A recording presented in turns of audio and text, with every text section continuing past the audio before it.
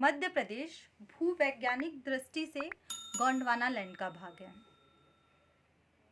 Physiography map of India में मध्य प्रदेश को 3 भागों में बांटा गया है। तो वो एक सेकेंड 3 भागों में बांटा गया है। पहला भाग है मध्य उच्च प्रदेश, दूसरा भाग है सतपुड़ा मैकल श्रेणी और तीसरा भाग है पूर्वी पठार या बघेलखंड का पठारी भाग। ठीक है, तो मध्य उच्च प्रदेश को हमने 5 भागों में बांटा है। मध्य उच्च प्रदेश को 5 भागों में बांटा गया है, जिसमें मालवा का पठार सबसे पहले हम पढ़ते हैं। ये इसके 5 भाग सुन लीजिए। जो मध्य उच्च प्रदेश को 5 भागों में बांटा है, तो उसमें है मालवा का पठार, मध्य भारत का पठार, नर्मदा सोन घाटी, बुंदेलखंड का पठार और रीवा पन्ना का पठार। तो सबसे पहले हम बात करते हैं मालवा के पठार की, जो मध्य उच्च प्रदेश का हिस्सा है। मालवा का पठार। मालवा का पठार दक्कन ट्राइब की बेसाल्टिक लावा से निर्मित है। क्रिटेशियस काल की ज्वालामुखी क्रिया से निर्मित है। ये कई बार ये काल वगैरह भी पूछ लिए जाते हैं, एक बार देख लीजिएगा। फिर ये जो मालवा का पठार है अरावली और विंध्याचल के बीच में स्थित है।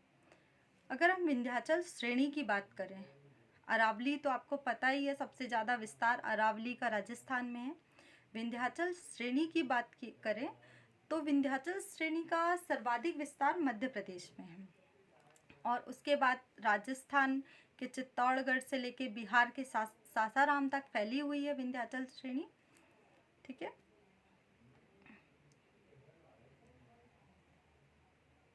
फिर ये जो मालवा का पठार है मध्य प्रदेश सबसे बड़ा पठार है। मध्य प्रदेश में 28% भाग पर फैला हुआ पठार है। ये यहाँ की जलवायु सम जलवायु है। ये समुद्र से, अरब सागर से सबसे पास में है मालवा का पठार, इसलिए यहाँ की जलवायु सम जलवायु है। सम जलवायु का मतलब यहाँ गर्मी में बहुत अधिक गर्मी नहीं पड़ती, ठंड में बहुत अधिक ठंड नहीं पड़ती, तो ऐसी जलवायु को सम जलवायु कहते हैं। इसीलिए फाइयान ने इसे मालवा की जलवायु को विश्व की सर्वश्रेष्ठ जलवायु कहा था। तो ये फैक्ट भी याद रखिएगा। इस टाइप के क्वेश्चन भी कभी कभी पूछ लेते हैं। मालवा के पठार को फाइयान ने किस पठार को विश्व की सर्वश्रेष्ठ जलवायु कहा, किस पठार की जलवायु को? तो मालवा की जलवायु को कहा था। इसके अलावा यहाँ पर औद्योगिक दृष्टि से भी विकसित पठार है। ये डेट्राइट ऑफ एमपी यहीं पे है। डेट्राइट ऑफ एमपी मतलब पीथमपुर। ऑटोमोबाइल्स क्षेत्र में अग्रणी पीथमपुर। वैसे जो डेट्रॉइट है वो यूएस में है। ये ऑटोमोबाइल के लिए फेमस है, तो इसलिए मध्य प्रदेश के पीथमपुर को डेट्रॉइट की संज्ञा दी गई है। फिर बात करें तो सोयाबीन की फसल बहुत अच्छी होती है यहाँ पे। यहाँ की कर्क रेखा की बात की जाए तो कर्क रेखा मालवा के पठार के बीचों बीच से गुजरती है। ये यहाँ पे ये कर्क रेखा बीचों बीच से गुजर रही है। यहाँ की सर्वोच्च चोटी मालवा के पठार की सिगार चोटी है। इसके अलावा जानापावा जिससे चंबल नदी निकल रही है, धजारी चोटी, ये भी मालवा के पठार की चोटी है। ये तीनों ही चोटियाँ जो है वो इंदौर में हैं। इसके अलावा नदियों में शिप्रा नदी जिसे मालवा की गंगा कहते हैं, चंबल नदी जो जानापावा पहाड़ी से निकल रही है, पार्वती नदी, गंभीर नदी, ये सब नदियाँ जो हैं, माही नदी को आदिवासियों की गंगा भी कहते हैं, जो धार जिले से निकल रही है, कोलार नदी और बारना नदी रायसेन से निकलती है।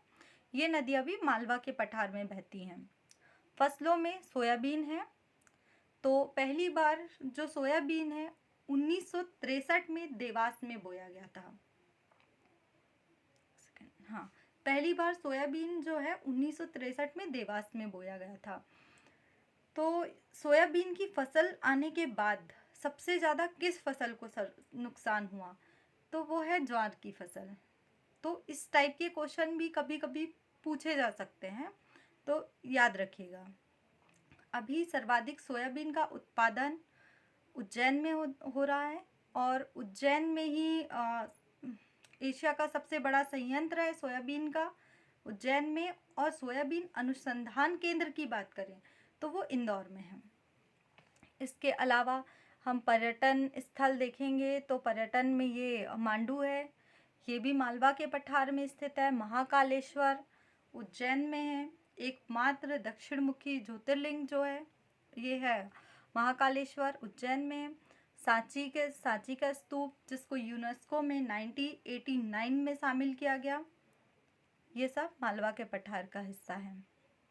फिर जनजाति की बात करें तो भील, गोंड, पारधी ये जनजाति यहाँ पाई जाती है। कुएं, नलकूप में मालवा में सर्वाधिक सिंचाई होती है।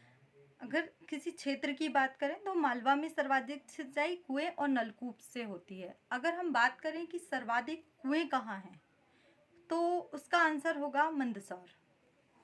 अगर हम नलकूप की बात करें कि सर्वाधिक नलकूप, तो सर्वाधिक नलकूप की जो है वो उज्जैन में है।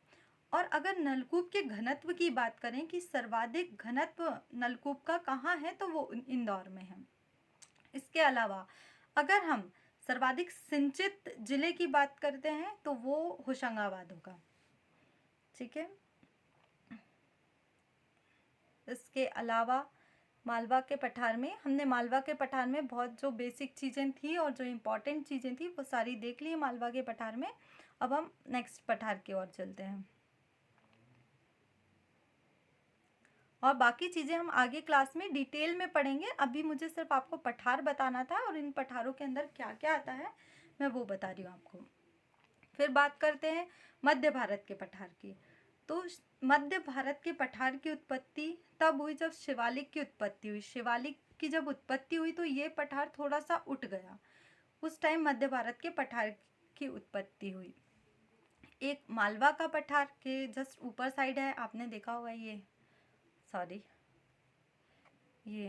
मालवा का पठार और ये मध्य भारत का पठार है ना। एक सेकेंड, हाँ, ये मालवा का पठार और ये मध्य भारत का पठार, तो ये एक भ्रंश के द्वारा अलग होते हैं। मालवा का पठार और मध्य भारत का पठार एक दूसरे से। चंबल नदी यहाँ की मुख्य नदी है जो बीहड़ों का निर्माण करती है। अवनालिका अपर्दन, चंबल नदी अवनालिका अपर्दन करती है।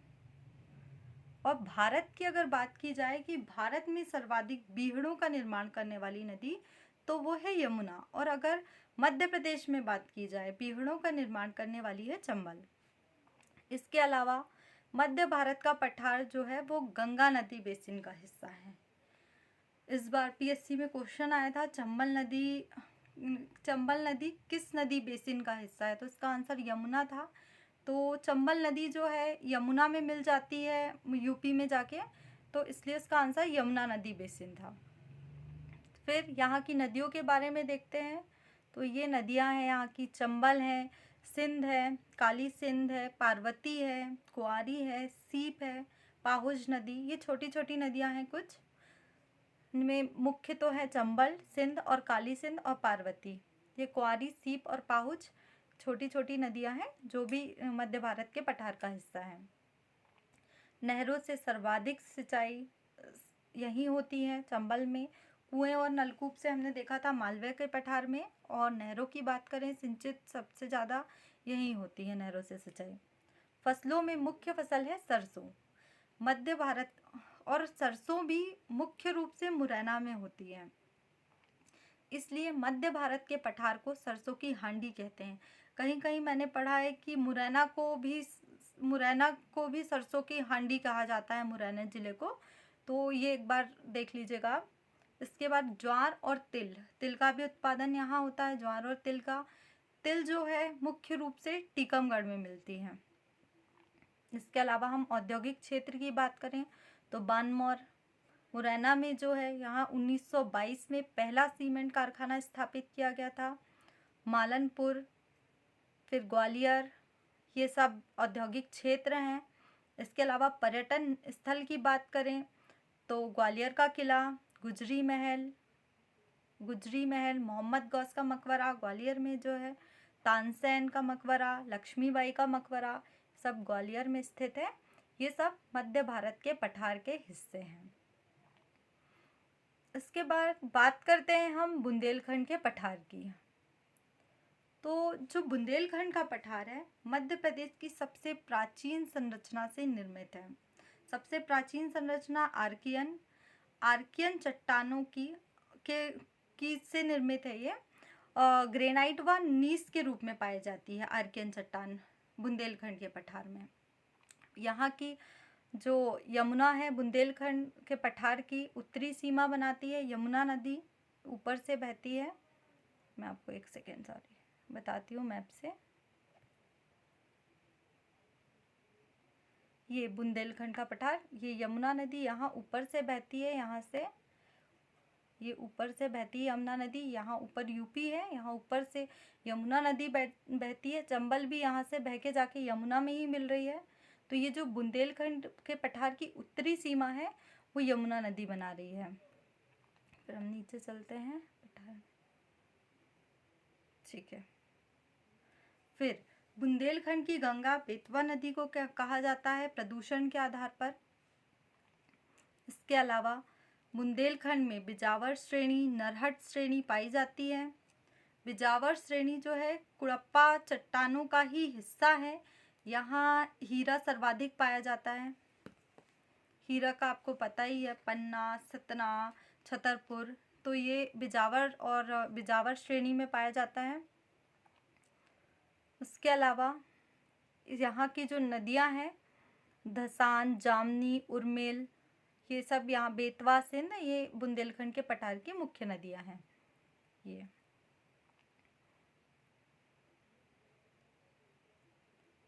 तो हमने अभी पढ़ा, हमने संभाग पढ़ा, मालवा का पठार पढ़ा, और इसके अलावा हमने पढ़ा ये मध्य भारत का पठार पढ़ा, बुंदेलखंड का पठार पढ़ा। इसके आगे हम चलते हैं रीवा पन्ना के पठार में।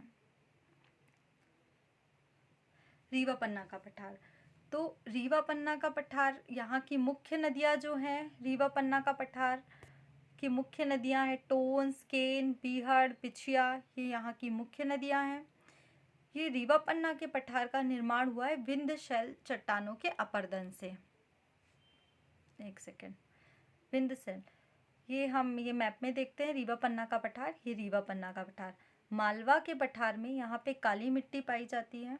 मालवा का पठार में काली मिट्टी पाई जाती है, और ये बघेलखंड के पठार में लाल पीली मिट्टी पाई जाती है। ये दोनों मिट्टियाँ यहाँ आती हैं और यहाँ पे मिश्रित मिट्टी बनती है। लाल, पीली और काली मिट्टी मिलके मिश्रित मिट्टी बनती है रीवा पन्ना के पठार में। तो अगर बात करें तो रीवा पन्ना के पठार में कैसी मिट्टी पाई जाएगी, मिश्रित मिट्टी पाई जाएगी रीवा पन्ना के पठार में। उसके बाद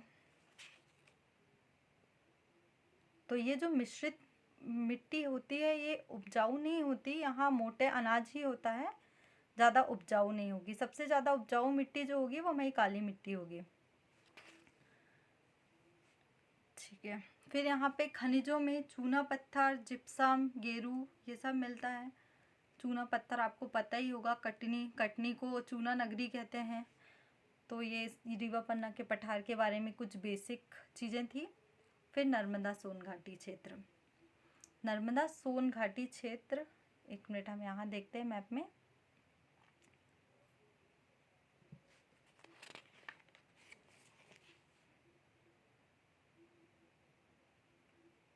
ये यहाँ पे नर्मदा सोन घाटी क्षेत्र के यहाँ पर जो है, एक सेकेंड, यहाँ पर धारवाड़ चट्टानें पाई जाएंगी, ठीक है।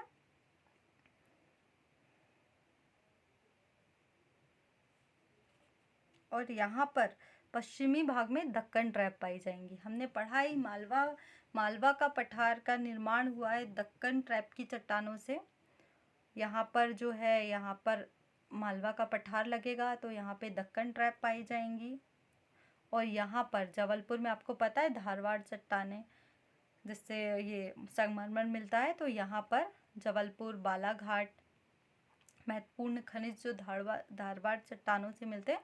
तो नर्मदा घाटी के पूर्वी भाग में, नर्मदा सोन घाटी के पूर्वी भाग में वो मिलेंगी धारवाड़ चट्टानें। उसके अलावा यहाँ पर लमेटा व बाघ श्रेणी की चट्टानें पाई जाएंगी। इसके दक्षिण में सतपुड़ा पर्वत एक अवरोधक पर्वत है, ये भी देख लेते हैं हम। सतपुड़ा पर्वत अवरोधक पर्वत है।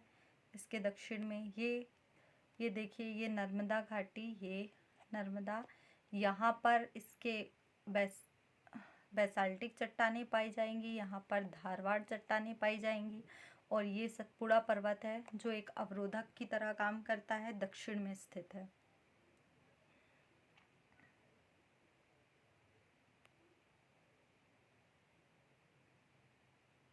और ये जो नर्मदा सोन घाटी है, एक सेकेंड, ये जो नर्मदा सोन घाटी है ये सबसे निचला हिस्सा भी है। अगर आप बात करें कि सबसे निचला हिस्सा मध्य प्रदेश का, तो ये जो है नर्मदा सोन घाटी ही है। ये सबसे निचला हिस्सा है नर्मदा सोन घाटी, ठीक है। और अगर सबसे उठा हुआ हिस्से की बात की जाए तो वो सतपुड़ा मैकल है। अगर हम बात करें सबसे बड़े पठार की, तो वो मालवा का पठार है। सबसे बड़ा पठार जो है वो मालवा का पठार है। सबसे छोटे पठार की बात करें मध्य प्रदेश में, तो वो बघेलखंड का पठार है। सबसे निचला हिस्सा नर्मदा घाटी है। सबसे उठा हुआ हिस्सा जो है वो सतपुड़ा मैकल है।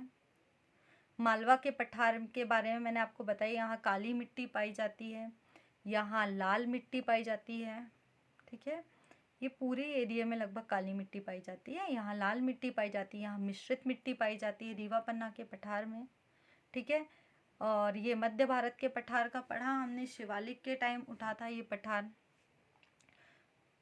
ठीक है। बुंदेलखंड का पठार जो है प्राचीन आर्कियन चट्टानों से निर्मित है, जो ग्रेनाइट और नीस के रूप में पाई जाती है।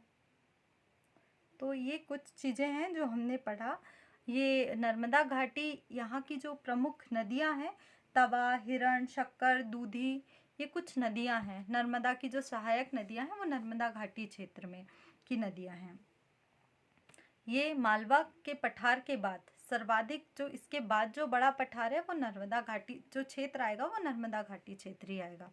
यहाँ की प्रमुख फसलें हैं कपास, मूंगफली, गेहूँ, ये सब यहाँ की प्रमुख फसलें हैं, ठीक है। चूना पत्थर भी यहीं मिलेगा। ये नर्मदा घाटी वाला क्षेत्र जो है, ये जबलपुर, ये संगमरमर भी यहीं मिलेगा, चूना पत्थर भी यहीं मिलेगा। यहाँ भेड़ाघाट है, जलप्रपात है, और भी नर्मदा पे बहुत सारे जलप्रपात हैं जो हम आगे जलप्रपात जब पढ़ेंगे तब देखेंगे। तो आज मैंने आपको मध्य भारत का पठार पढ़ाया, मालवा का पठार पढ़ाया, बुंदेलखंड रीवा पन्ना का पठार पढ़ाया और नर्मदा घाटी का पठार पढ़ाया। आगे की क्लास में हम बघेलखंड का पठार और सतपुड़ा मैकल पर्वतीय जो प्रदेश है इसके बारे में पढ़ेंगे। अभी हमने पठारों के बारे में कुछ बेसिक चीज़ें पढ़ी हैं और इनकी जो डिटेल है, अभी हमें बस इतना जानना है कि पठारों में क्या क्या है, यहाँ पे कौन कौन सा क्षेत्र आता है और क्या है। उसके बाद जो औद्योगिक नगर हैं, जलप्रपात हैं, नदियाँ हैं, वो हम अलग से लेक्चर में पढ़ेंगे, ठीक है। तो थैंक्स फॉर वॉचिंग।